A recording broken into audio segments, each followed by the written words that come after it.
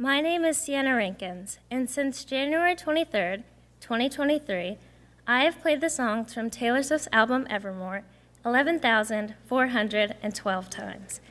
There's something that just draws me to return again and again. And while I love the compelling storylines, magical instrumentals, and poetic lyrics, what keeps me coming back are the connections I make between each song and my life. And there are 3 songs in particular that I want to talk about today that I can't help but think of my family whenever I listen to them. I want to start with the album's track 5, Tolerate It. For those of you who are unaware, track 5s are Taylor Swift's most vulnerable and heartbreaking tracks. Specifically, Tolerate It is about a woman who feels neglected by her partner, claiming that he only tolerates her love. One would think that I wouldn't associate one of Taylor Swift's most depressing songs with my mother, but the connection I draw comes from the fact that she has never just tolerated me. Throughout my life, she has ensured that I know that I am loved and cared for. One of my favorite moments with her comes from when she told me that we were going to the Eras Tour in Pittsburgh. Did we have tickets? No. But she knew how badly I wanted to go and decided to drive 7 hours and buy tickets right before the show started. Because of her, I had one of the best nights of my life screaming all of the songs, and even now, more than a year and a half later, I will never forget that memory with my mom and the endless love she has given me throughout my entire life. Next, I want to talk about my younger sister, Sage. As the day I go off for college creeps closer and closer, I still haven't accepted that one day we won't live in the same household. To me, the song Dorothea is a reminder that even if time or distance forces me and my sister apart, our relationship will still stand. To give some context, the song is about Dorothea, a previously close person in Taylor Swift's life who drifted away. In the song, Taylor sings, "You know you'll always know me." And Sissy, I want you to know that you will always know me. No matter what happens, I will forever be willing to drop everything if you ever need me. I will always be there to listen to you rant or spill drama, keep my kitchen stocked with ingredients so that we can bake something together, or FaceTime you in the middle of the day to bother you with some nonsensical would-you-rather question you probably don't have an answer to. I know I don't say this a lot, but I am very proud of you, and I hope that we will always be BSFs, best sissies forever. Lastly, I want to talk about my favorite song of all time, Evermore. To emphasize how important the 5-minute-long titular track that I would consider to be a pure piece of poetry is to me, you should know that I've listened to this song 3,204 times, which is 11 days and 6 hours of listening. The song's thesis statement is about how through connection and community, one's pain won't be forevermore. To me, this song perfectly exemplifies my dad. Throughout my life, there have been many moments where I believed the stress and pain I felt would last forever. To give a silly example, when I was little, my dad used to do my hair every morning into 1 or 2 little puffballs. Being a dramatic small child, each time his pulls on my hair or sharp combs felt like the end of the world. But my dad would sit through my complaining every single day and give me a pretty hairstyle. As I got older, the drama of doing my hair lessened, but new challenges arrived. The stress of school, terrifying changes, and general life responsibilities made me once again feel like my struggles would last forever. But whether through sitting with me for an hour when I have questions on my physics homework, or teaching a sobbing me how to drive my stick-shift car, or taking out the dog that me and my sister begged for, or any of the many, many other things he does, my dad has been here with me through it all. Every day, he reminds me time and time again that challenging times don't last forever, and for that I will always be grateful. If there's one thing I want you to take away from this speech, it's not my immense love for this album or just how incredible my family is. It's to appreciate the people in your life, the people who don't just tolerate you, but let you know every day that they will be there for you through all of life's ups and downs. There are no words to describe just how grateful I am to be born into a family that does this for me. And as I move on to the next chapter, I know I won't be able to pack up my family and take them with me. But I can, and will, be bringing my headphones, earbuds, Bluetooth speaker, and a lifetime subscription to Spotify Premium so that I will always be able to listen to the album to remind me of them. Thank you.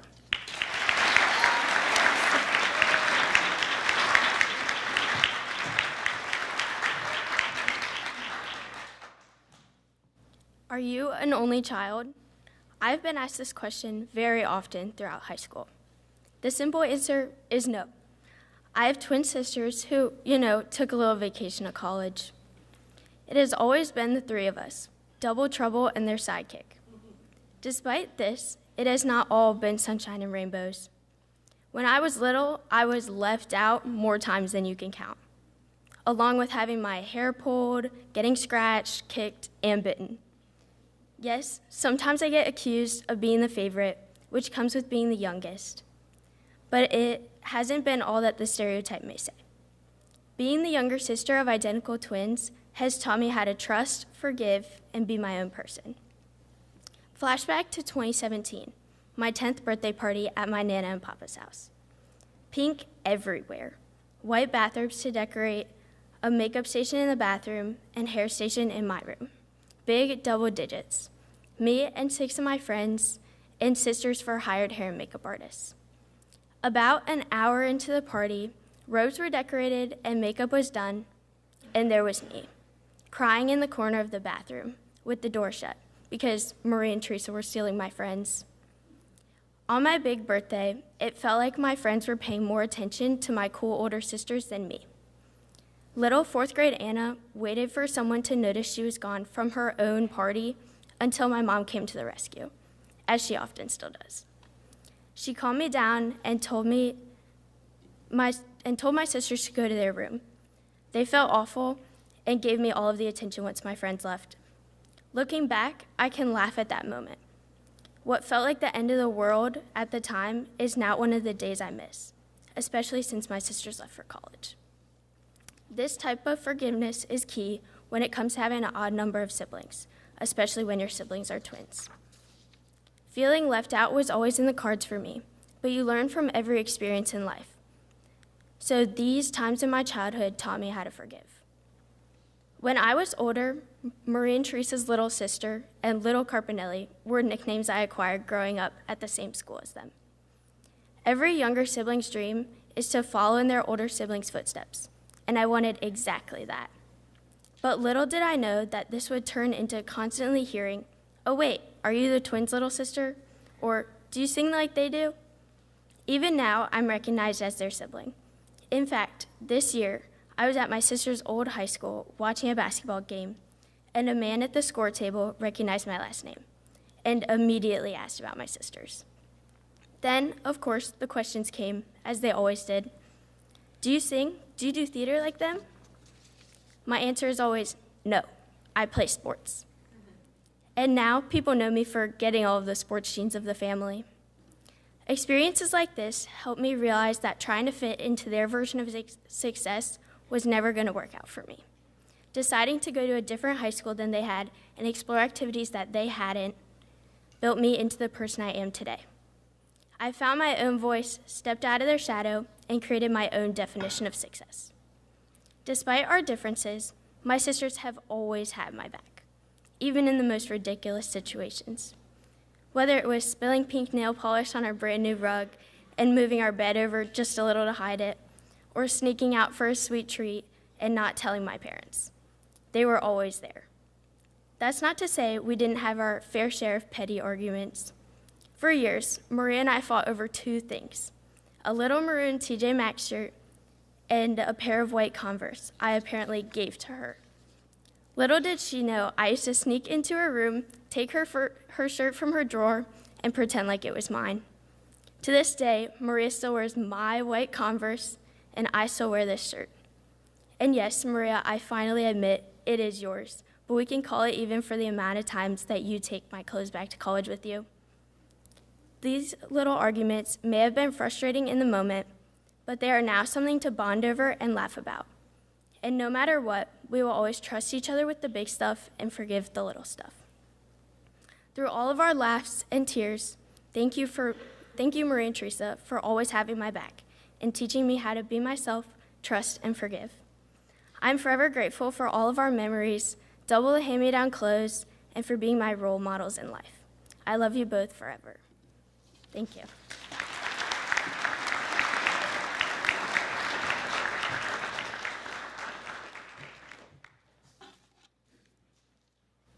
My dad and I looked at each other.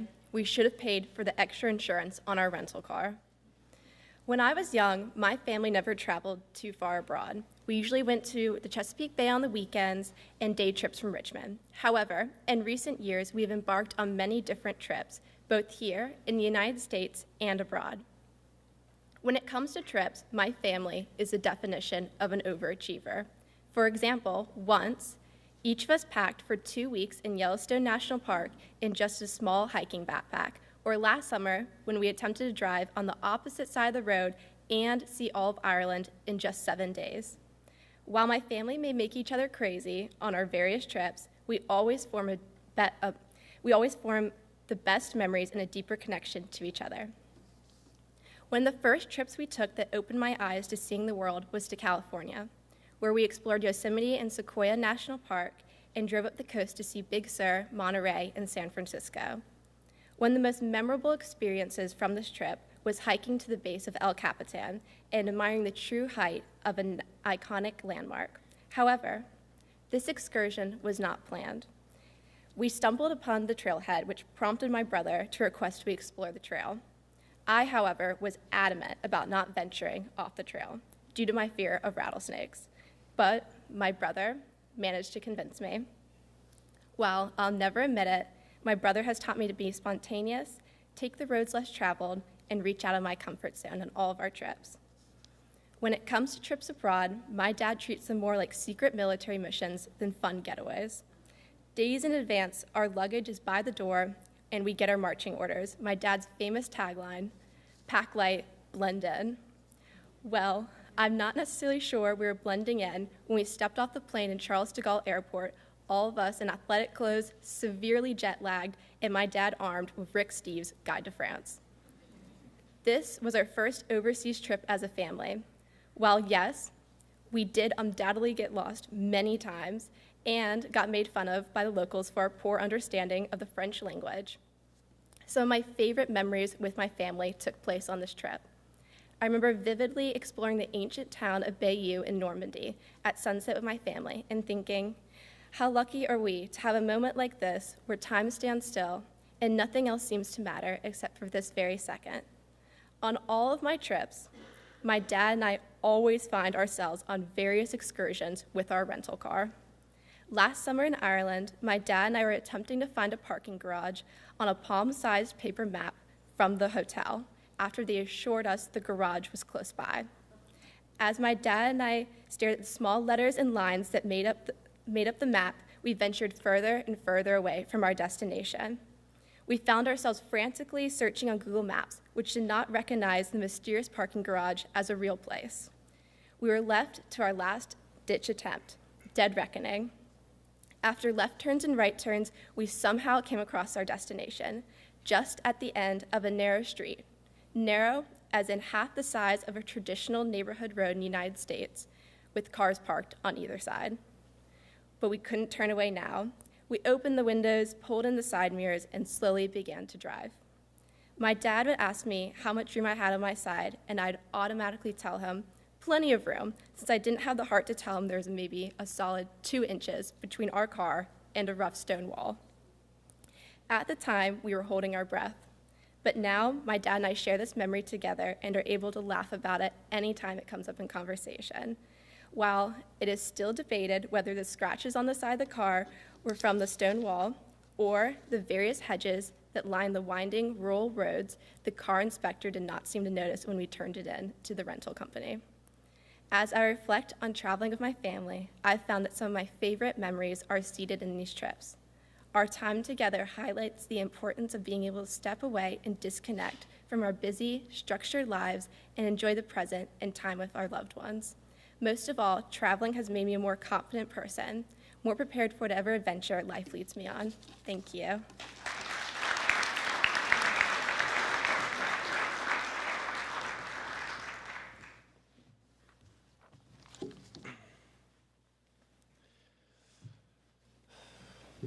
I'm sure we all have someone we look up to. For me, that person has always been my mom. Whether it was being a single mother, taking care of me while suffering from a concussion, or dealing with me stupidly wrecking her car, She has taught me how to persevere through difficult situations. As a child, my mom constantly drove me back and forth to every event, always encouraging me to get involved in school, church, and sports. She started me off with baseball. At first, I hated it since I couldn't make any contact with the ball, even though it was just a machine pitching to me. I remember my coach yelling at me for either sitting in the outfield picking grass, tossing my glove in the air while someone was up at bat, or oddly enough, dancing in center field. My mom saw my struggles and started helping me practice catching and hitting in the backyard. While helping me with catching, the ball struck her in the head, giving her a concussion. At the time, I didn't fully understand the seriousness of the injury, but I could tell she was different afterward. Every day after school, she would lie down before taking me anywhere, staring at the ceiling. Despite the pain, she continued to help develop my skills to where I actually started to enjoy playing. Another time she pushed me was for my first job. Things slowed down after moving from state to state, and I was no longer a part of a team or church. That's when she encouraged me to take on jobs like mowing lawns for neighbors and later on working at Publix. Every night after a long shift, I had the pleasure of staying an hour after closing, getting familiar with the floor scrubber, a big machine that was difficult to maneuver and would annoyingly slide in different directions, constantly knocking over items. After my first ever 10-hour shift, I was so tired that while working, I was actively planning how to cut corners without a worker noticing. As I used the machine, I went down each aisle once when I was supposed to go down twice to clean the whole aisle. I thought I'd just managed to do this 20 times and get away with it, but right as I was about to leave, to my luck, one of the managers stood in front of the door and gave me around a 10-minute rant about using the machines properly. That experience, along with dealing with all kinds of customers, including some rude ones, taught me the importance of patience and responsibility. My job at Publix even led to other opportunities, like working for a retired woman who needed yard care. These two jobs, even though difficult at times, still connected me with people that helped teach me to not cut corners. Another quality I admire most about my mom is her calmness in adversity. I was lucky enough to experience this firsthand when I wrecked her car. My mom had always stressed to me to drive carefully and be patient with others on the road, but I ignored her advice and got into a crash right after dropping her off. Usually when driving people around, they let me know how terrible of a driver I am. That being said, I probably should have taken the advice. On the way back to school, a big truck with a ramp rack attached to the back tore off the front of the car, all because I forgot to look to my left. So as I basically got hit by two cars, and as the truck slowly tore off the front, I had just enough time to imagine what the consequences might be. I remember freaking out about showing the front of the car being completely gone over FaceTime, but to my surprise, instead of yelling or getting upset, my mom remained calm, even though I'm pretty sure she was dying inside. The first thing she asked was if I was okay, and even though I was panicking, she kept her composure and handled the situation, making sure I wasn't too upset about the whole thing. Thinking back to all these experiences, good or bad, they have led us here, where I've made many memories. Whether she was managing her concussion while supporting me, or dealing with the aftermath of the car accident, she never stopped to put me first, and has shown me that bad things happen, but it's what you do after that matters. Thank you.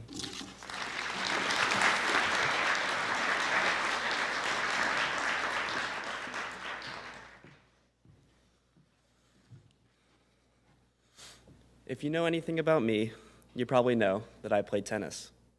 It is such an integral part of my life and identity that my friends took bets freshman year on whether or not I would be writing this speech about tennis. And of course, they were right. Tennis is the most mental sport I know.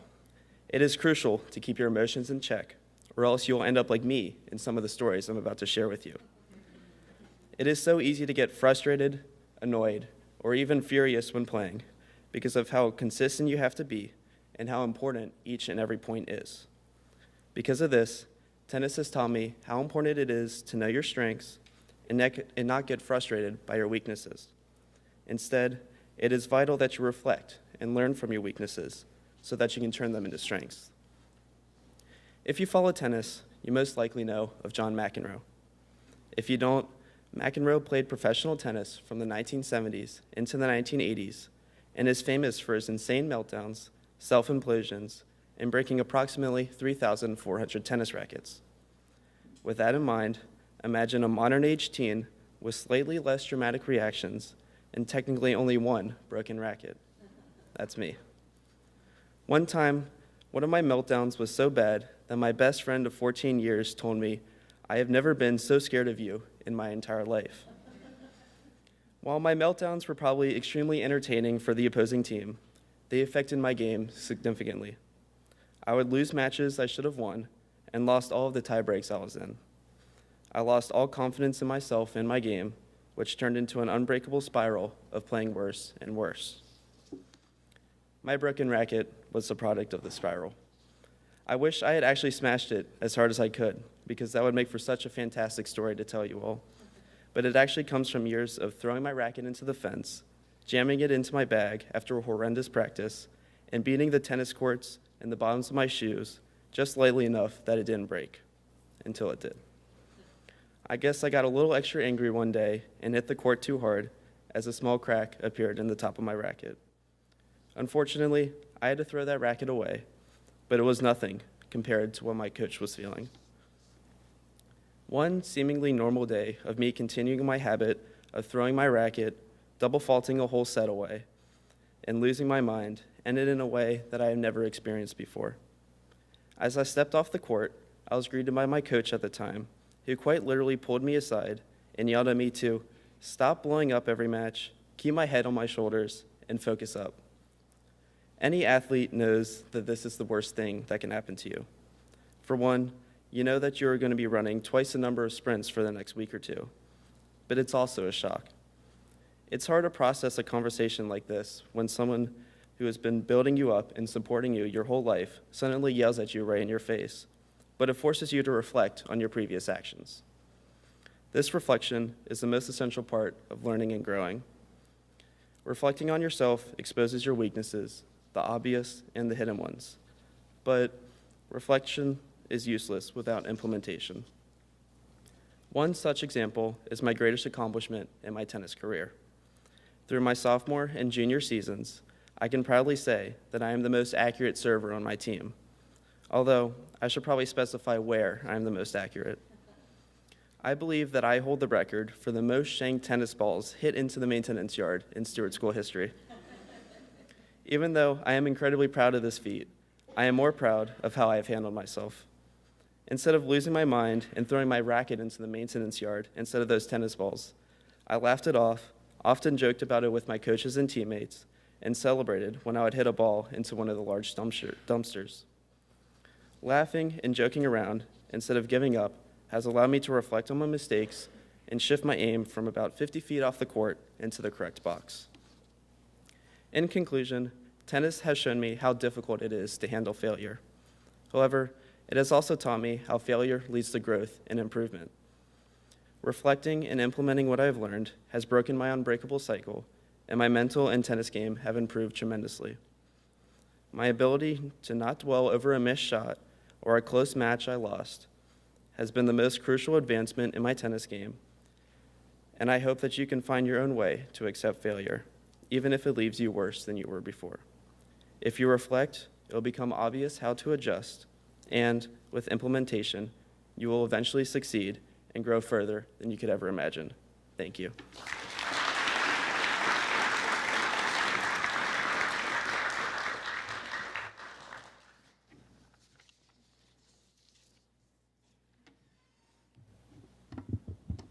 Hello, my name is Ryan. My family loves to travel. Whenever there's a break in school, we travel. And although I hate going to airports, I love spending time with my family, no matter where we are. We've had many small hiccups, like getting stuck in traffic on the British freeway for 5 hours and almost missing our flight out of the country.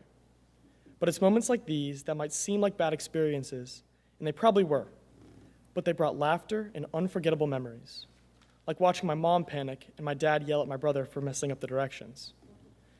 It's these moments that help shape my family's bonds in ways that I could have never imagined.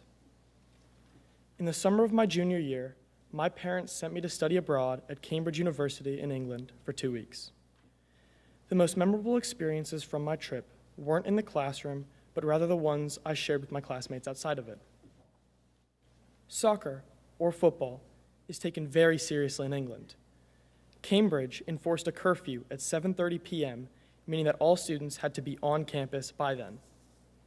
If caught outside after curfew, you risk being expelled from the program and stranded in Cambridge. So, what do a bunch of dumb 17-year-olds in a foreign country do? We watch the game in a pub and completely miss curfew. This stressful experience taught me that I could climb any wall or obstacle, literally and figuratively. There's a common question I've often heard in my travels. What's more important, the destination or the journey? I believe it's the company you're with. I've traveled with my family and on my own all around the world, creating countless lifelong memories. However, the most impactful memories aren't of old famous paintings or Instagram-worthy sunsets. They're the moments spent with my family. In 8th grade, my family traveled to Spain. We visited Gibraltar, a small British territory on the Spanish coast known for its picturesque giant rock. So, picture this. My family slowly hiking up the mountain, stopping at every monkey sighting to take a photo or pose, and when we finally reached the top, we realized we were at the completely wrong mountain. The worst part about an adventure or trip is that it can be over before it even starts. In 10th grade, my family sat in an airport in disbelief because all the flights out of Atlanta were grounded due to weather. So, we made camp for the night, only to be woken at 3 in the morning to board a flight back home to Richmond. I don't remember why we were in Atlanta, but I remember the long wait and the games we played to pass the time in that cramped terminal. Messing around with my friends and family is something I've always enjoyed, whether through lighthearted jokes or more personal jabs, but the person I've messed with the most is my older but shorter brother. Towards the end of our trip in Germany, we had lunch near the top of a mountain. It was a cool but sunny day, making the small patch of snow atop the mountain all the more appealing. I decided to jump the fence, ignoring all the signs, and climbed a few hundred feet into the snow. Once I reached it, I gave a regal wave to the 100 or so onlookers and stuffed as much snow into my pockets as possible. For I had a mission. Descending the mountain, I quickly approached my unsuspecting brother, and as he looked away, I reached into my pockets and threw a fistful of snow straight into his face. After the ordeal, we shamefully drove to our hotel. And as I prepare to go off to college, I'll miss the travels I had as a kid with my parents, but I look forward to new adventures with the people I meet along the way. I hope there will be more fences, walls, and mountains to climb. Thank you.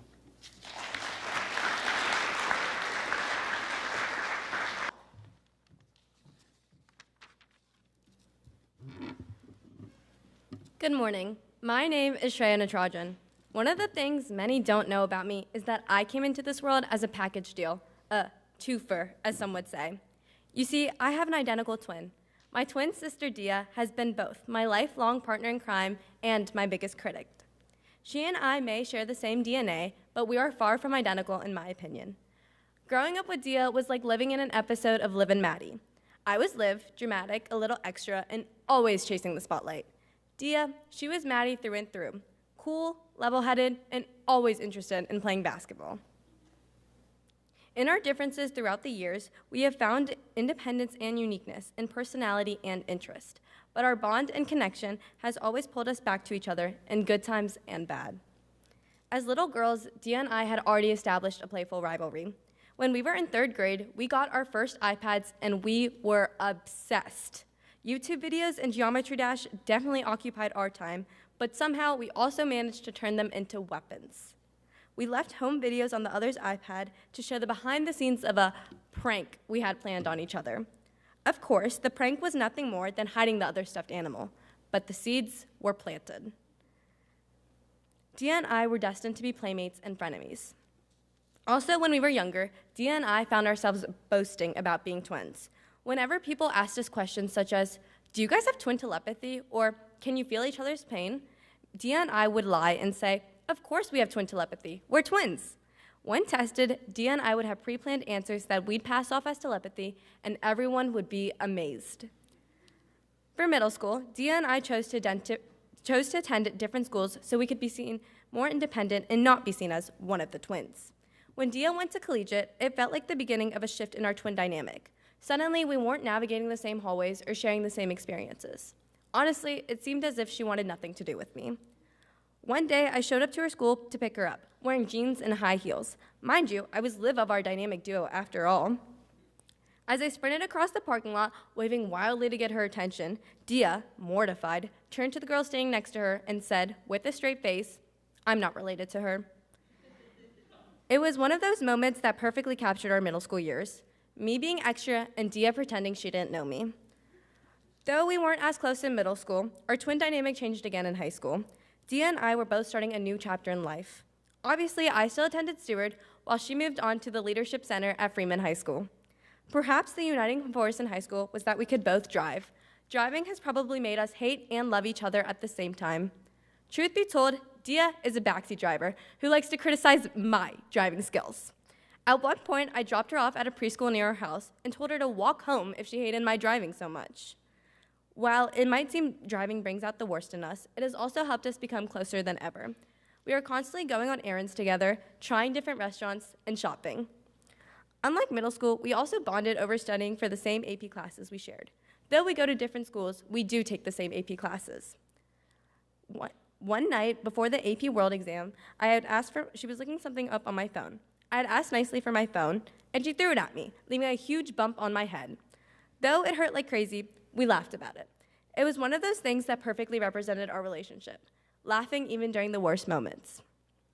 As I get older, I get the question, do you ever wish you had a younger brother or sister?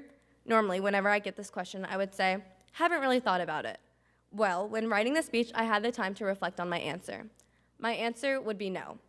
It has always been just the two of us, and I wouldn't change that for the world. Plus, Dia would brainwash the younger sibling against me.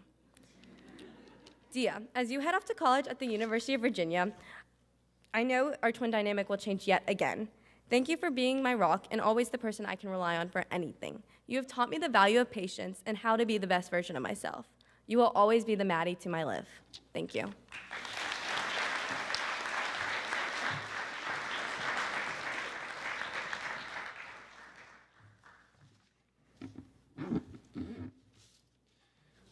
We keep moving forward, opening new doors, and doing new things because we're curious, and curiosity keeps leading us down new paths. Walt Disney. Good morning. My name is Jacob Gallagher, and I've had the pleasure of working 4 jobs over the past 2 years. This list includes working at the YMCA, babysitting, being a political canvasser, and working in construction, even though it was only for 1 day. This constant revolving door of jobs I've worked is not necessarily because I'm bad at working, but because I struggle with finding a job I truly enjoy, or a job that isn't completely boring.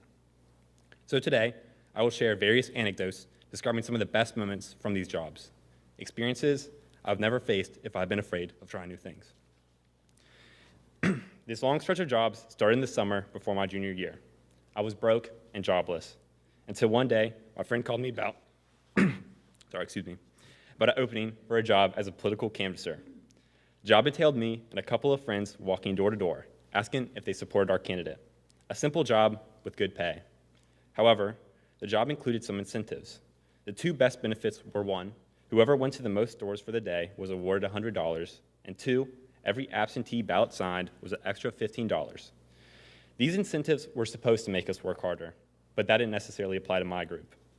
Although I wouldn't consider my group as lazy, we simply strive to implement a work smarter, not harder mentality. This paired with only needing to simply click a few buttons on a mobile app to mark a house as visited resulted in us coming up with a brilliant idea. To guarantee that we secured the bag, we decided that occasionally we could mark a couple of doors visited from the cool air-conditioned car. Unfortunately, this brilliant idea would eventually become a bad habit. Most of the time when we were working, we were actually spending time at Taco Bell, marking houses off one by one. Our lack of work also reflected in the results of the election, as our candidate did lose. But at the time, I was just happy about getting paid. Reflecting on the experience now, I believe I missed a great opportunity for a better future job, especially if our candidate did win. This shortcoming was not all negative, as it allowed me to finally realize the destruction that this mentality was inflicting upon me, and it's even caused me to take my work more seriously. My second job came around at the end of my junior year. I was offered the chance to work in construction after a gracious offer from my next-door neighbor, who owned the company. Even though it didn't last that long, the experience was enjoyable, especially with the vibrant group of individuals that I had a chance to work with. The team included me, an older gentleman who only spoke Spanish, an aspiring MMA fighter, my neighbor, and his son. Besides this odd group of people, the short experience introduced lifelong skills, mostly removing and installing siding on private residence. However, after the first day in construction, my family and I went on a trip to Italy. When we returned, I never heard back from my neighbor about any other job opportunities. I might have been fired, but honestly, maybe that was for the best, as the job was never a really good fit for me.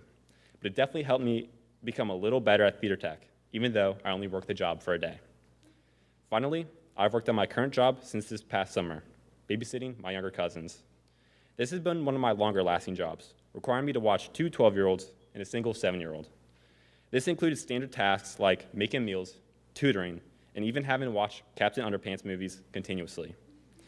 The job was originally a struggle, as the parents required the children to read and do math for an hour per day. The two 12-year-olds were easy, but the 7-year-old was a whole different story. To say that the kid was energetic would be an understatement. It was nearly impossible to get him to be still for even 5 minutes. So when I told him that we needed to do homework, he was always reluctant, and instead was more interested in making makeshift phones out of paper or playing basketball on his mini hoop. This constant hate for reading and math made the job a challenge at first, but only required me to view the situation in a different light. Instead of forcing the child to read, I only promised he could have a real phone. In reality, the phone was just some old Pixel phone that couldn't even turn on, but for the 7-year-old, this simple phone was everything. He still struggles to read and do math sometimes, but this quick thinking has made my job 10 times easier and a lifesaver when having to babysit. But on a more serious note, these jobs have helped shape what I want to do in the future and are valuable moments that I would have never had a chance to pursue if I was afraid to try new things. As Wayne Gretzky famously said, you miss 100% of the shots you don't take. My time in all these jobs, whether they worked out or not, have been full of shots. Some missed, some hit, but they've all helped me grow. Thank you.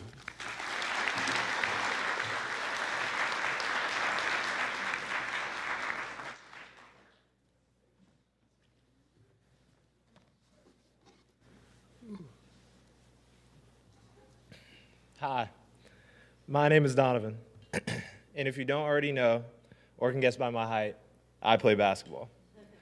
Through basketball, I've been blessed with countless opportunities, from playing against the country's best players to signing to my hometown school. These experiences have been humbling and surreal at times. However, this journey has been far from smooth or easy. It has come with numerous battles, like nagging injuries, slumps in performance, and self-doubt. But as tennis legend Billie Jean King once said, pressure is a privilege. It only comes to those who earn it. So with every setback I have faced or will face, I know I am equipped with a mentality to bounce back. Along with mental toughness, it is just as essential for an athlete to have hobbies or interests outside of their sport to relieve pressure. Exploring activities beyond the court has allowed me to discover more about myself and find new passions. Here are a few hobbies I've found a passion for. My love for fishing sprouted in elementary school when my dad's coworker took me and my dad out to his pond. From this point, I was obsessed. While other youngins were watching Henry Danger, I was watching deep-sea fishing videos on my iPad. Some of my fondest childhood memories come from Saturday mornings spent at the Swift Creek Reservoir. I remember begging my dad to keep every fish we caught, no matter the size. But as I matured, I began to appreciate the scenery, the breeze, and the tranquility even more, regardless of the number of fish in the boat. Which brings me to one of my favorite fishing memories.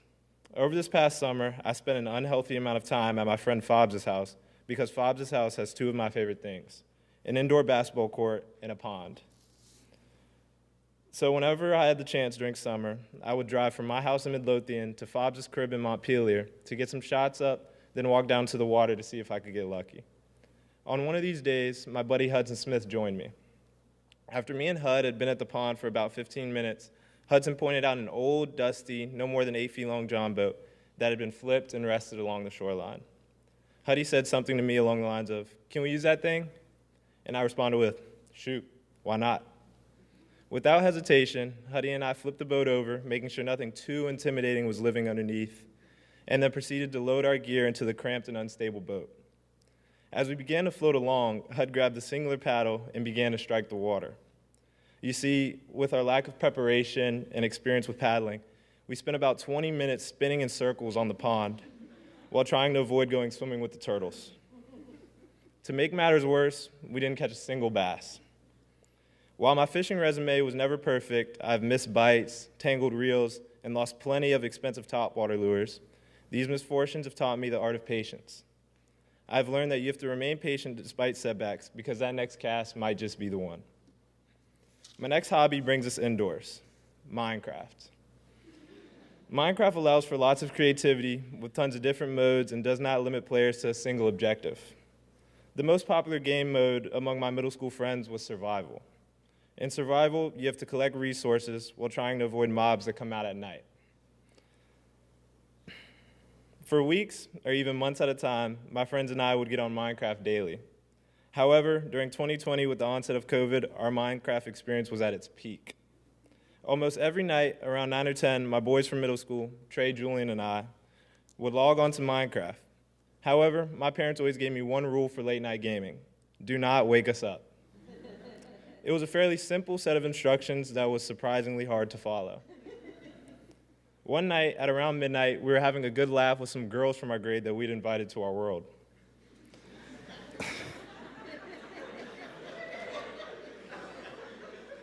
After impressing them with our impressive builds and extensive cave systems, suddenly I heard a bang that sounded like it came from outside my gaming headset.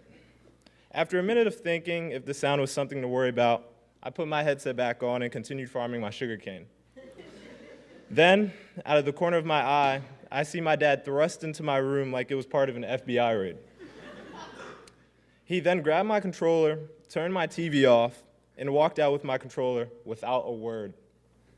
I remember being so embarrassed not because I couldn't play anymore, but because no girl wants a man that gets their game taken away. Even though I'm not the best or most quiet Minecraft player, Minecraft has given me time to be creative and create memories with my close friends. So much of life as an athlete is judged in black and white terms, like wins and losses or makes and misses. But sometimes it's refreshing to see a blank canvas and have the opportunity to try new things and make mistakes. However, over time, I've grown to realize that I should also look at basketball the same way. I've noticed that I play my best basketball when I play free-flowingly, letting my hard work and God-given ability speak for itself. It is important to find a few hobbies outside of your main demands to give yourself more opportunity to strengthen your identity. They may even help you find a better way to handle or approach other parts of your life. Thank you.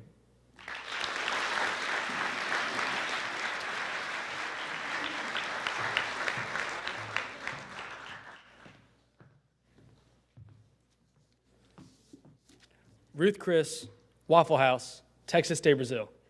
What do all these places have in common? I can't eat a meal at any last one of them.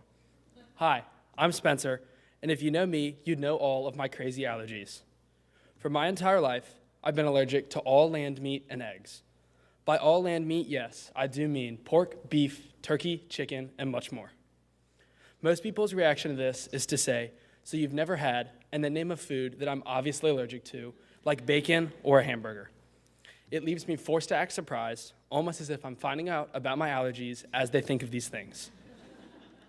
Even though I say these bad things about my allergies, having them has been really good for me, helping me find interests, teaching me how to cook, and possibly helping me choose my career path. My closest experience with death was when I was 14 in the summer between 8th and 9th grade. My family and I were near a cupcake shop I liked and decided to get me a vegan cupcake. However, the cupcake I was given was gluten-free, not vegan. For those of you who know food, you'll understand why this detail is significant. The difference is, vegan means no animal products like eggs, and gluten-free could put me in a casket. I was lucky that Pearl's Cupcakes was next to St. Mary's Hospital, and my family could drive me there minutes after knowing something was wrong. I made a recovery and was able to leave from my week-long sleepaway camp the next day, but it was still a scary experience. Unfortunately, my allergies are more dependent on others knowing and being careful rather than me, especially when there's no box of ingredients for me to read. Here's the thing. Food allergies haven't always been something I like talking about because I thought they were embarrassing. As I've gotten older, I've had some funny moments and some scary ones too. In my sophomore year here, we took the PSAT during the middle of the school day. When taking the PSAT, you get a few minutes between the sessions to get some water or just take a brain break. But when you're halfway through, you get a 15-minute snack break. During this snack break, one of my friends, Tiana, had some sweet tarts. Now, I've had sweet tarts before, but what I didn't know was that the type of sweet tarts Tiana had were mini Chewies. I'm sure you can guess where this is going. Tiana offered me candy, and I took her up on that opportunity without realizing these sweet tarts would decide for me that it was time to go home. Now, of course, as you can see, I ended up fine, but Tiana refuses to give me food to this day, so I can't claim she tried to kill me again. Much of this speech have been about the things I don't like about my allergies. So instead of talking about the times I've almost died, I'll share some of the good things. Since I've spent so much time in the kitchen making my own meals, I've ended up a really good cook. I've created recipes like pan-seared salmon with mashed cauliflower or vegan buffalo wings with homemade ranch. This is a skill I'm happy to have, since now I know I won't be the kid at college who can't cook like my brother. This fascination with what I'm eating helped me find another passion, fitness. I started working out at a gym run by the weightlifting coach at St. Chris, Coach Blanton. I talked to him about my diet and what acts as good replacements for foods that I'm allergic to. Coach Blanton helped me find something else I enjoy to the point where I currently work at a job where I do the same things. Having allergies might not sound like a good thing, but I'm fortunate that I've developed lifelong skills and found hobbies that I enjoy today. In fact, my allergies have helped me choose what I want to major in during college. I plan to study kinesiology, where I can expand my knowledge on the human body and how it works.